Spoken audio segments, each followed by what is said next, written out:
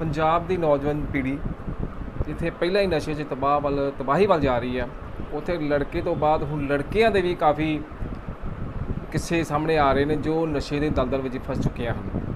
ਇੱਕ ਤਾਜ਼ਾ ਮਿਸਾਲ ਹੀ ਹੁਣ ਦੇਖਣ ਨੂੰ ਮਿਲੀ ਹੈ ਗੁਰਦਾਸਪੁਰ ਦੇ ਰੈੱਡ ਕਰਾਸ ਨਸ਼ਾ ਛਡਾਊ ਕੇਂਦਰ ਵਿੱਚ, ਜਿੱਥੇ ਇੱਕ ਲੜਕੀ ਨੇ ਪਹਿਲਾਂ ਤਾਂ ਨਸ਼ੇ ਦੇ ਦਲਦਲ ਫਸ ਚੁੱਕੀ, ਸਾਰਾ ਪੈਸਾ ਗਵਾ ਕੇ ਹੁਣ ਉਹ ਐਡਮਿਟ ਹੋਈ ਹੈ, ਉਹਨੇ ਇਲਾਜ ਕਰਾਇਆ ਆਪਣਾ, ਅਤੇ ਇਲਾਜ ਤੋਂ ਬਾਅਦ ਹੁਣ ਬਿਲਕੁਲ ਤੰਦਰੁਸਤ ਹੈ।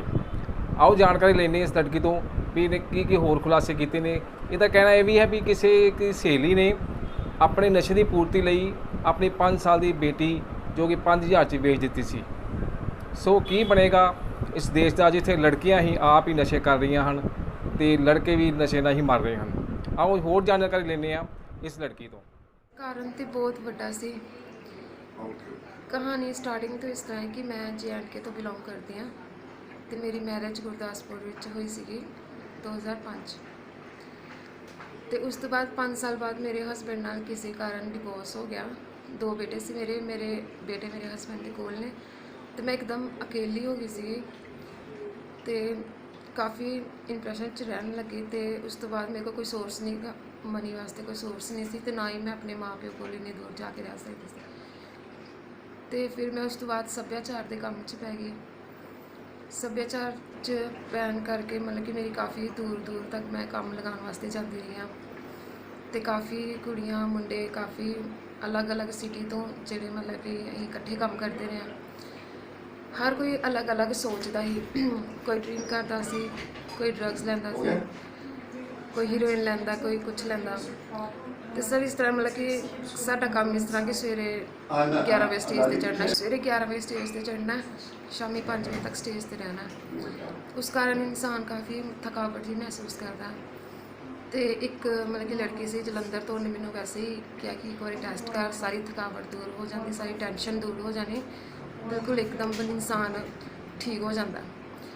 ਅਤੇ ਮੈਂ ਉਸ ਦੇ ਕਹਿਣੇ ਉੱਤੇ ਪਹਿਲੇ ਤਾਂ ਮੈਂ ਇਗਨੋਰ ਕੀਤਾ 1-2 ਵਾਰ, ਪਰ ਉਸ ਤੋਂ ਬਾਅਦ ਮੈਂ ਕਿਹਾ ਚਲੋ ਲਗਾ ਕੇ ਦੇ ਹੀ ਲੈਂਦੇ ਕੀ ਹੋ ਜਾਂਦਾ। ਅਤੇ ਮੈਂ ਲਗਾਈ 1-2 ਲਾਈਨ ਉਹਦੇ ਨਾਲ ਮਤਲਬ ਕਿ ਮੈਂ ਹੀਰੋਇਨ ਦੀ ਲੈ ਲਈ। ਉਸ ਤੋਂ ਬਾਅਦ ਮਤਲਬ ਕਿ ਰੂਟੀਨ ਨਾਲ 2-4 ਦਿਨ ਲਗਾਤਾਰ ਮੈਂ ਉਹਦੇ ਨਾਲ ਲਗਾਇਆ। ਉਸ ਤੋਂ ਬਾਅਦ ਉਹ ਗੱਲ ਆ ਗਈ ਪੈਸਿਆਂ 'ਤੇ ਕਿ ਪੈਸੇ ਦਿਓ ਅਤੇ ਸਮਾਨ ਲਓ। ਅਤੇ ਸਰ ਕਾਫੀ ਪੈਸਾ ਮਤਲਬ ਕਿ ਜਿੰਨਾ ਵੀ ਮੇਰੇ ਕੋਲ ਹੈਗਾ ਸੀ, ਜਿੰਨਾ ਕੁ ਮੈਂ ਕਮਾਉਂਦੀ ਸੀ, ਸਾਰਾ ਮੈਂ ਮਤਲਬ ਕਿ ਡਰੱਗਸ 'ਤੇ ਹੀ ਖਰਚ ਕਰ ਦਿੰਦੀ। ਕਿੰਨਾ ਪੈਸਾ ਤੁਸੀਂ ਡਰੱਗਸ ਦੇ ਉੱਤੇ ਲਗਾਇਆ? ਘੱਟੋ ਘੱਟ ਵੀ 4-5 ਲੱਖ ਰੁਪਇਆ ਮੈਂ 2 ਸਾਲ ਦੇ ਅੰਦਰ ਉਜਾੜਦਾ ਡਰੱਗਸ ਦੇ ਪਿੱਛੇ। ਆਪਣੀ ਮਤਲਬ ਕਿ ਮੈਂ ਇੱਕ ਬੇਟੀ ਅਡੋਪਟ ਕੀਤੀ ਸੀ, ਯਾਨੀ ਕਿ ਮੇਰੇ ਕੋਲ ਉਹਦੇ ਵਾਸਤੇ ਵੀ ਟਾਈਮ ਨਹੀਂ ਸੀ। ਮੈਨੂੰ ਬਸ ਇੱਕੋ ਹੀ ਚੀਜ਼ ਚਾਹੀਦੀ ਸੀ ਕਿ ਮੈਨੂੰ ਕਿਸੇ ਜਗ੍ਹਾ ਤੋਂ ਹੀਰੋਇਨ ਮਿਲ ਜਾਏ, ਮੈਂ ਉਹ ਲਗਾਵਾਂ ਅਤੇ ਆਪਣੇ ਕਮਰੇ 'ਚ ਸੋ ਜਾਵਾਂ। ਬਸ ਕੰਮ 'ਤੇ ਜਾਣਾ, ਸਮਾਨ ਹੋਏਗਾ ਅਤੇ ਮੈਂ ਕੰਮ 'ਤੇ ਜਾਵਾਂਗੀ, ਸਮਾਨ ਨਹੀਂ ਹੋਏਗਾ ਅਤੇ ਕੰਮ 'ਤੇ ਨਹੀਂ ਜਾਇਆ ਜਾਏਗਾ। ਕਿ ਸਰੀਰ ਇੰਨਾ ਕੁ ਅਧੀਨ ਹੋ ਜਾਂਦਾ। ਪਰ ਮਤਲਬ ਕਿ ਉਸ ਵਕਤ ਫੀਲਿੰਗ ਇੱਦਾਂ ਦੀ ਆਉਂਦੀ ਹੈ ਕਿ ਬਸ ਮੈਂ ਨਸ਼ਾ ਕਰਾਂ ਅਤੇ ਆਪਣੇ ਕਮਰੇ ਦਾ ਦਰਵਾਜ਼ਾ ਬੰਦ ਕਰਕੇ ਅਤੇ ਸੁੱਤੀ ਰਹਾਂ। ਆਪਣੇ ਬੱਚੇ ਤੱਕ ਨੂੰ ਇਨਸਾਨ ਭੁੱਲ ਜਾਂਦਾ ਇਸ ਨਸ਼ੇ 'ਚ ਪੈ ਕੇ, ਅਤੇ ਅਸੀਂ ਆਪਣੇ ਬੱਚਿਆਂ ਨੂੰ ਵੀ ਟਾਈਮ ਨਹੀਂ ਦੇ ਸਕਦੇ। ਮੇਰੀ 8 ਸਾਲ ਦੀ ਬੱਚੀ ਹੈ, ਉਹ ਮੈਨੂੰ ਸਮਝਾਉਂਦੀ ਰਹੀ ਹੈ ਕਿ ਮੰਮਾ ਇਹ ਨਾ ਕਰੋ, ਗਲਤ ਕੰਮ ਹੈ, ਛੋੜੋ ਇਹਨੂੰ, ਇਹ ਕੰਮ ਨਾ ਕਰੋ। ਪਰ ਉਹ ਇੱਕ ਬੱਚੀ ਮੈਨੂੰ ਸਮਝਾਉਂਦੀ, ਪਰ ਮੈਂ ਇੰਨੀ ਕੁ ਅਧੀਨ ਹੋ ਚੁੱਕੀ ਸੀ ਕਿ ਮੇਰੇ ਕੋਲ ਛੱਡਿਆ ਨਹੀਂ ਜਾ ਰਿਹਾ ਸੀ। ਅਤੇ ਇਸ ਹੁਣ ਲੋਕਡਾਊਨ ਕਰਕੇ ਮਤਲਬ ਕਿ ਮਿਲਣਾ ਮੁਸ਼ਕਿਲ ਹੋ ਗਿਆ ਅਤੇ ਦੌੜ ਝੱਲੀ ਨਹੀਂ ਜਾ ਰਹੀ ਸੀ। ਅਤੇ 1-2 ਲੋਕਾਂ ਨੇ ਮੈਨੂੰ ਦੱਸਿਆ ਸੀ ਕਿ ਰੈੱਡ ਕਰਾਸ, ਮੈਂ ਥੋੜ੍ਹਾ ਡਰਦੀ ਸੀ ਕਿ ਰੈੱਡ ਕਰਾਸ 'ਚ ਪਤਾ ਨਹੀਂ ਕੀ ਹੁੰਦਾ ਹੈ, ਕਿ ਪਤਾ ਨਹੀਂ ਇਲਾਜ ਹੋਏਗਾ ਜਾਂ ਮੈਨੂੰ ਉੱਥੇ ਤੋੜਾਂ ਵੱਜਣਗੀਆਂ ਜਾਂ ਕੀ ਹੋਏਗਾ। ਪਰ ਇਹ ਮੇਰੀ ਸਾਰੀ ਸੋਚ ਗਲਤ ਨਿਕਲੀ। ਮੈਂ ਖੁਦ ਡਿਸਾਈਡ ਕਰਕੇ ਅਤੇ ਮੈਂ ਖੁਦ ਹੀ ਹਸਪੀਟਲ ਆਈ। ਅਤੇ ਜਿਹੜੀ ਨਹੀਂ ਸਰ, ਕੋਈ ਟਾਈਮ 'ਤੇ ਕੋਈ ਸਾਥ ਨਹੀਂ ਦਿੰਦਾ। ਮਤਲਬ ਕਿ ਹਰ ਇੱਕ ਇਨਸਾਨ ਦੇ ਹੁੰਦੇ ਕਿ ਲਿਆ ਪੈਸੇ ਲਿਆ ਅਤੇ ਅਸੀਂ ਤੇਰਾ ਸਾਥ ਦੇ ਦਿੰਦੇ, ਬਿਨਾਂ ਪੈਸੇ ਤੋਂ ਕੋਈ ਕਿਸੇ ਦਾ ਸਾਥ ਨਹੀਂ ਦੇਣਾ। ਤੁਹਾਨੂੰ ਕੀ ਮਹਿਸੂਸ ਹੋਇਆ ਅੱਜ ਕਿ ਤੁਸੀਂ ਨਸ਼ਾ ਛੱਡਣਾ ਚਾਹੁੰਦੇ ਹੋ? ਮਤਲਬ ਕਿ ਜਦੋਂ ਨਹੀਂ ਮਿਲਿਆ, ਮੈਂ ਕਹਿੰਦੀ ਹਾਂ ਕਿ ਇਸ ਲੋਕਡਾਊਨ ਨੇ ਮੇਰੀ ਜ਼ਿੰਦਗੀ ਥੋੜ੍ਹੀ I want to change my life ਕਰਨਾ ਚਾਹੁੰਦੀ ਹਾਂ। ਮੈਨੂੰ ਹੁਣ ਪਤਾ ਚੱਲਿਆ ਕਿ ਮੇਰੀ ਜ਼ਿੰਦਗੀ ਦਾ ਕੀ ਮੁੱਲ ਹੈ।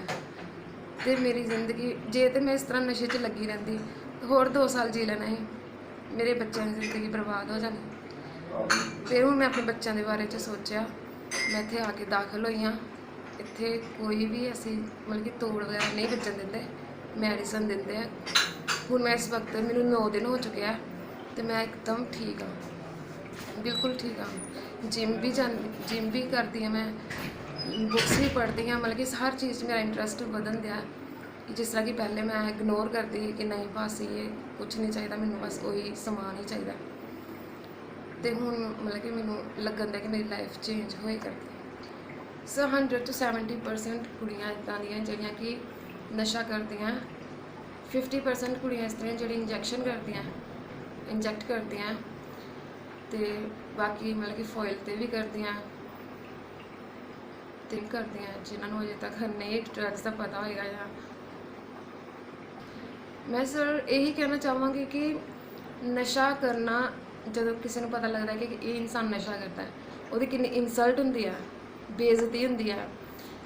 ਤੇ ਜਦੋਂ ਇਨਸਾਨ ਮਤਲਬ ਕਹਿੰਦੇ ਕਿ ਸਵੇਰ ਦਾ ਭੁੱਲਿਆ ਸ਼ਾਮ ਨੂੰ ਘਰ ਆ ਜਾਏ, ਉਹਨੂੰ ਭੁੱਲਿਆ ਨਹੀਂ ਕਹਿੰਦੇ। ਜੇ ਅਗਰ ਅਸੀਂ ਨਸ਼ੇ ਨੂੰ ਤੋਬਾ ਕਰ ਲੈਂਦੇ ਹਾਂ, ਇਹ ਬਹੁਤ ਹੀ ਵੱਡੀ ਗੱਲ ਹੈ। ਆਪਣਾ ਹੀ ਫਾਇਦਾ ਹੈ, ਆਪਣੀ ਲਾਈਫ ਦੇ ਬਾਰੇ 'ਚ ਸੋਚੋ, ਆਪਣੀ ਜ਼ਿੰਦਗੀ ਨੂੰ ਬਰਬਾਦ ਨਾ ਕਰੋ। ਆਪਣੇ ਨੌਜਵਾਨਾਂ ਨੂੰ ਤਾਂ ਖੋਖਲਾ ਕੀਤਾ ਹੀ ਹੈ, ਪਰ ਇਸ ਤੋਂ ਇਲਾਵਾ ਲੜਕੀਆਂ ਵੀ ਇਸ ਤੋਂ ਪਿੱਛੇ ਨਹੀਂ ਹਨ। ਇਹਦਾ ਸਬੂਤ ਹੈ ਅੱਜ ਮੇਰੇ ਕੋਲ ਬੈਠੀ ਲਾਗੇ ਡਾਂਸਰ, ਜਿਹੜੀ ਕਿ ਨਸ਼ੇ ਕਰਕੇ ਇਹਨੂੰ ਆਪਣਾ ਸਭ ਕੁਝ ਬਰਬਾਦ ਕੀਤਾ। ਇਹਨੂੰ ਸਿਰਫ ਨਸ਼ਾ ਹੀ ਸਭ ਕੁਝ ਲੱਭਦਾ ਸੀਗਾ, ਕੋਈ ਪਰਿਵਾਰ ਨਹੀਂ, ਕੋਈ ਬੱਚੇ ਨਹੀਂ, ਕੋਈ ਸਿਹਤ ਨਹੀਂ। ਇਹਨੂੰ ਸਿਰਫ ਨਸ਼ੇ ਕਰਕੇ ਜਿੰਨਾ ਵੀ ਇਹਨੇ ਕਮਾਇਆ 2-2.5 ਰੁਪਏ ਰੋਜ਼ ਦਾ ਕਮਾਉਂਦੀ ਸੀਗੀ, ਜਿਹੜਾ ਕਿ ਇਹਨੇ ਨਸ਼ੇ ਵਿੱਚ ਉਜਾੜ ਦਿੱਤਾ ਹੈ।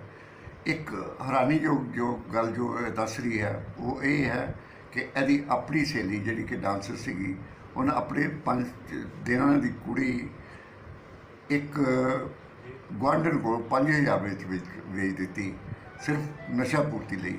ਇਸ ਤੋਂ ਗਿਰੀ ਹੋਈ ਕਾਨੂੰਨੀ ਘਟਨਾ ਕੋਈ ਨਹੀਂ ਹੋ ਸਕਦੀ। 67 ਲੜਕੀਆਂ ਜਿਹੜੀਆਂ ਕਿ ਨਸ਼ੇ ਦੇ ਦਲਦਲ ਵਿੱਚ ਫਸੀਆਂ ਸਨ, ਇੱਥੋਂ ਰੈੱਡ ਕਰਾਸ ਨਸ਼ਾ ਛੁਡਾਊ ਕੇਂਦਰ ਗੁਰਦਾਸਪੁਰ ਤੋਂ ਮੁਕਤ ਹੋ ਕੇ ਗਈਆਂ ਹਨ, ਅਤੇ ਉਹਨਾਂ ਵਿੱਚੋਂ ਇੱਕ ਖਾਸ ਐਗਜ਼ੈਂਪਲ ਇਸ ਲੜਕੀ ਦੀ ਹੈ। ਜਤਿੰਦਰ ਕੁੰਡਾ ਨਾਲ ਜਸਵਿੰਦਰ ਬੇਦੀ, ਗੁਰਦਾਸਪੁਰ।